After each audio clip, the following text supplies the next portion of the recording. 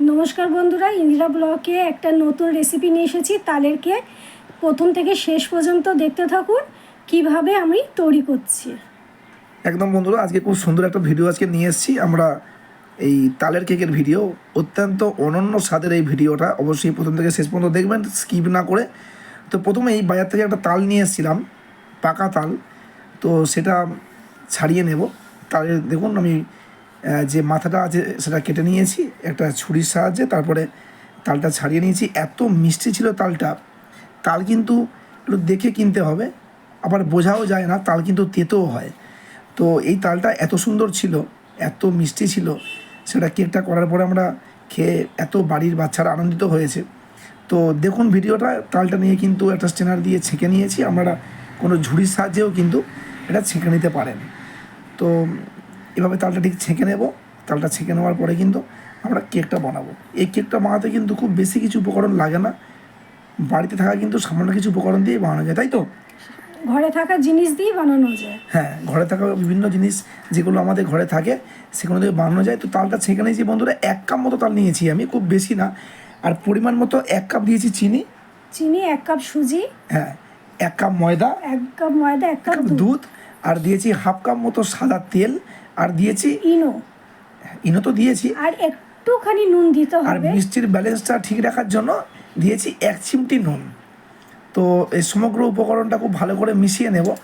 আর দিয়ে দিয়েছি দুধ, 1 কাপ মতো দুধ, কাঁচা দুধ দিয়েছি, জাল দেওয়া দুধ নয়। তো দিয়ে খুব ভালো করে মিশিয়ে নিয়েছি সমগ্র উপকরণটা। আর দিয়ে দিয়েছি ইনো, হাফ চামচ মতো ইনো দিয়েছি, মানে একটা ইনোর অর্ধেক দিয়ে। আরও একটু দুধ দিয়েছি যাতে ইনোটা অ্যাক্টিভ হয়ে যায়। খুব ভালো করে দেখুন মিশিয়ে নিয়েছি। নেওয়ার পরে সব কিছু সমান সমান দিতে হবে, তাহলেই জিনিসটা ভালো মতন হবে। একদম তাই। তো সমগ্র উপকরণ কিন্তু দেখে দিতে হবে, নিজের ইচ্ছা মতো দিলে হবে না। তাহলে কিন্তু তেলটা কিন্তু বেশি পড়লে প্রবলেম হবে, বা আটা বেশি পড়লে প্রবলেম হবে, মানে ময়দা আর কি বেশি পড়লে প্রবলেম হবে, বা সমগ্র কিছুই কিন্তু দেখে দেখে দিতে হবে। যা দেবেন, যে কাপটা নিয়ে দেবেন সে কাপের সব মাপ মতনই দেবেন। একদম তাই। একটু বেশি হবে না, একটু কম হবে না, তাহলে যে কেকটা উঠতে খুব ভালোভাবে উঠবে এবং স্পঞ্জি হবে, নরম হবে, কেক খেতেও ভালো হবে। না হলে কিন্তু কেকটা ফুলবেও না, ভালো করে উঠবেও না। তো বন্ধুরা, সব রেডি হয়ে গিয়েছে আমাদের কেকের মিশ্রণটা। আধ ঘন্টার জন্য রেস্টে রেখে দিয়েছি, একটু একটু ফুলে উঠবে কেকটা। তারপরে একটা কেকের মোল্ড নিয়ে পুরো ভালো করে তেল মাখিয়ে নিয়েছি, আর কাগজ কেটে মোল্ডের গায়ে কিন্তু চিপকে দিয়েছি।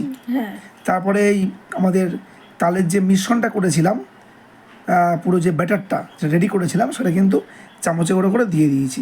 দেখতে কি সুন্দর লাগছে। ভরিয়ে দেবেন না, ভরিয়ে দিলে তাহলে কেকটা পড়ে যাবে। একদম তাই। একটু ফাঁকা রেখে কিন্তু 2 থেকে 2.5 ইঞ্চি কিন্তু ফাঁকা রেখে কিন্তু মিশ্রণটা দেবেন। না হলে কিন্তু কেকটা যখন রেডি হবে, যখন আপনি হিট করবেন, তখন কিন্তু কেকটা মোল্ড থেকে বাইরে বেরিয়ে পড়ে যাবে। 2-2.5 ইঞ্চি কিন্তু বাকি রেখে মিশ্রণটা দেবেন। তারপরে এটা আমি কিশমিশ দিয়ে সাজিয়েছি, পরে একটু কাজুও দেবো।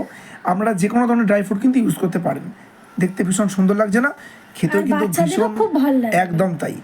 খেতে কিন্তু ভীষণ সুন্দর হয়েছিল। বাড়ির সবাই কিন্তু খুব ভালোবেসে খেয়েছে এই তালের কেক। এখন তালের কিন্তু বিভিন্ন রকমের লোকে ভিডিও বানাচ্ছে। কেউ তালের রুটি, কেউ তালের কেক, কেউ তালের বড়া, কেউ তালের ক্ষীর করছে, কেউ তালের সন্দেশ করছে।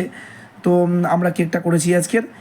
ভীষণ সুন্দর কেক, বাড়িতে বসে ট্রাই করবেন, বাচ্চাদের খাওয়াবেন, আমাদের কমেন্ট করে জানাবেন।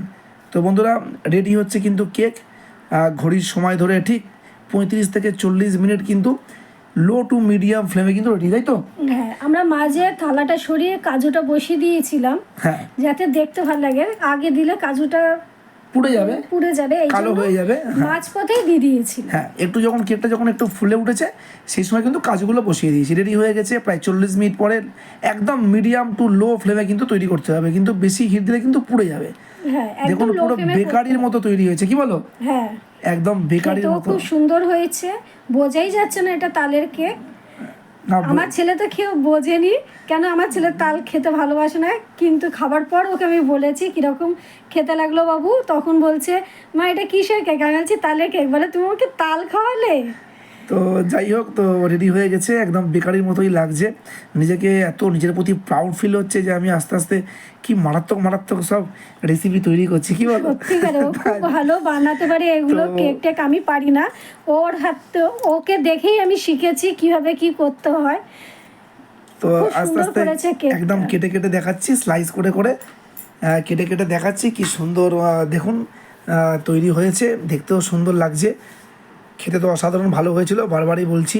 সত্যি এত সুন্দর হয়েছিল, এত স্পঞ্জি হয়েছিল, এত নরম হয়েছিল কেকটা, মানে বলার অপেক্ষা রাখে না।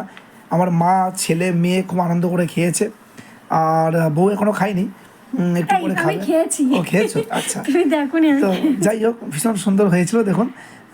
ট্রাই করুন বন্ধুরা, নিশ্চিত ভালো লাগবে।